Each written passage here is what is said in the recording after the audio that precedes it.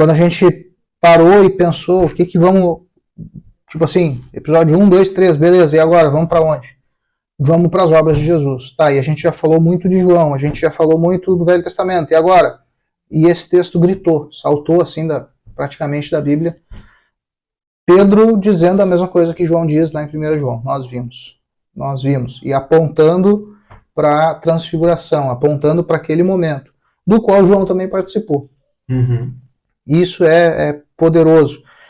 E aí a gente fica pensando, tá, mas e agora? Do que a gente vai falar? E aí a gente conecta com as obras de Jesus.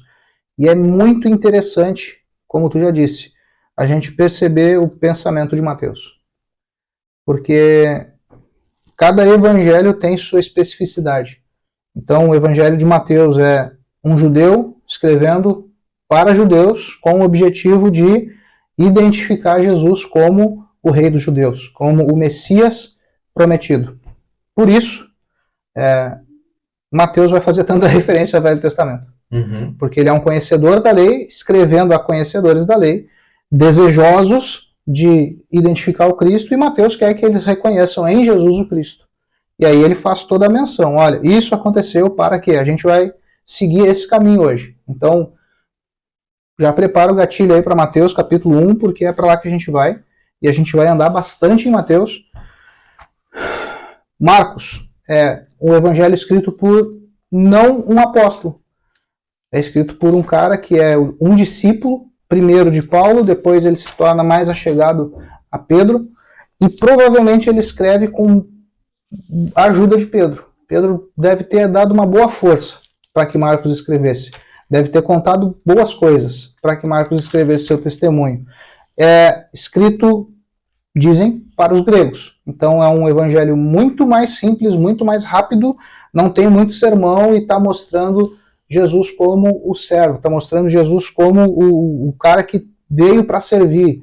Por isso em Marcos vai ter muitos momentos onde Jesus vai dizer, Marcos 10, 45, se a minha memória não falha, onde ele vai deixar claro, o Filho do Homem não veio para ser servido, mas para servir e dar a vida em resgate a muitos. Esse é o objetivo de Marcos ao escrever. Lucas, ele escreve para os romanos, um médico, um cara que não viu também as coisas que ele está escrevendo, mas ele mesmo diz já no começo que ele fez uma pesquisa minuciosa. Então ele vai atrás, imagina-se, entende-se, acredita-se nisso, ele vai atrás de relatos de pessoas confiáveis.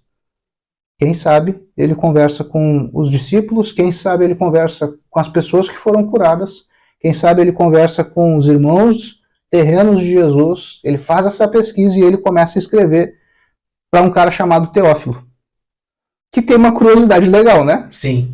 Teófilo, amigo de Deus, ou estudante de Deus. Isso é muito legal. Então ele pode estar escrevendo realmente para alguém chamado Teófilo, ou Teófilo é o eu retórico, e é todo aquele que deseja conhecer a Deus. Como que se conhece a Deus? É por Cristo, é por Jesus. E Lucas mostra a face mais humana. João é o cara que escreve para todos. E ele deixa bem claro o objetivo, para que vocês creiam que Jesus é o Cristo, é o Filho de Deus. Então, se cada evangelho tem a sua especificidade, e a gente quer falar hoje sobre as obras de Jesus, o evangelho de Mateus me parece o melhor para nós. Por isso, a gente vai caminhar um pouco, por isso a gente vai andar um pouco para Mateus, e tem muita coisa boa lá. Vamos dar então? Vamos lá. Vamos partir? Mateus, capítulo 1, a partir do verso 18. Para ti que está perdido na Bíblia, Mateus está aí no meio, te vira. Primeiro livro do Novo Testamento, irmão, não me enlouquece, depois de Malaquias. Mateus capítulo 1, a gente vai ler a partir do verso 18, do 18 ao 23. Se já deixou aí, pode dar, Jadeco, me ajuda. Ora, o nascimento de Jesus Cristo foi assim. Estando Maria, sua mãe, desposada com José, sem que tivessem antes coabitado, achou-se grávida pelo Espírito Santo. Mas José, seu esposo, sendo justo e não a querendo infamar, resolveu deixá-la secretamente. Enquanto ponderava nestas coisas, eis que lhe apareceu em sonho um anjo do Senhor dizendo: José, filho de Davi, não temas receber Maria, tua mulher, porque o que nela foi gerado do Espírito Santo. Ela dará à luz a um filho e lhe porás o nome de Jesus, porque ele salvará o seu povo dos pecados deles. Ora, tudo isto aconteceu para que se cumprisse o que fora dito pelo Senhor por intermédio do profeta. Eis que a Virgem conceberá e dará à luz a um filho, e ele será chamado pelo nome de Emanuel, que quer dizer Deus conosco. Então, Mateus narra a concepção de Jesus. Lucas ele vai ser bem mais detalhista nesse trecho, nesse período. Lucas vai narrar o cântico de Maria. Lucas, quando olha para a história de João Batista, ele vai narrar o cântico de Simeão, de Zacarias, perdão, mas também vai depois falar do cântico de Simeão, quando vê Jesus lá no templo, quando ele vai ser apresentado. Então, Lucas vai ser bem mais detalhista. Porém, Mateus é interessante nós observarmos isso.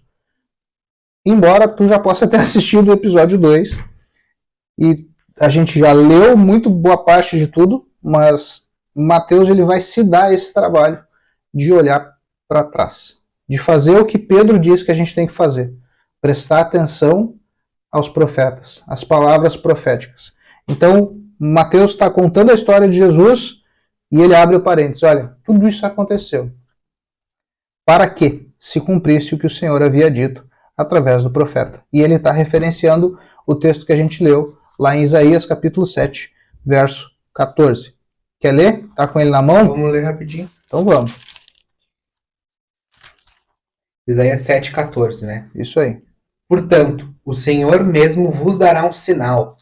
Eis que a Virgem conceberá e dará à luz a um filho, e lhe chamará Emanuel. E aí é legal que Mateus já faz o comentário, Sim. que significa Deus conosco. Então, Mateus está olhando para o Velho Testamento. Por que é importante a gente saber disso, cara? A gente está falando das evidências, a gente está falando de cristologia, a gente está falando de entender de uma vez por todas que Jesus ele é 100% homem, mas ele é também 100% Deus. O que comprova isso? Quais são as evidências disso? As palavras dos profetas se cumpriram na vida dele. Um dia eu ouvi alguém dizendo, esse Jesus devia andar com o rolo da lei debaixo do braço e ele ficava procurando formas de cumprir essas coisas. Cara, impossível. É impossível alguém fazer isso. Porque já a concepção dele é milagrosa. A concepção dele já é uma evidência, já tinha um texto há 900 anos antes de acontecer a concepção. Alguém viu, Isaías viu e escreveu, profetizou. A Virgem conceberá, a Virgem dará luz a um filho, seu nome será Emanuel. E de repente, quando Maria gera isso, concebe do Espírito Santo, é o que o texto que tu leu diz, o anjo vem a José, que não queria desonrá-la, um cara nobre, um cara muito ponta firme, e o anjo diz, cara, fica tranquilo, Maria está grávida, mas é de Deus. Ela não traiu, ela não foi adulterada, ela não violou nada. O que está acontecendo é um milagre, é um sinal, e o que está acontecendo é para se cumprir algo.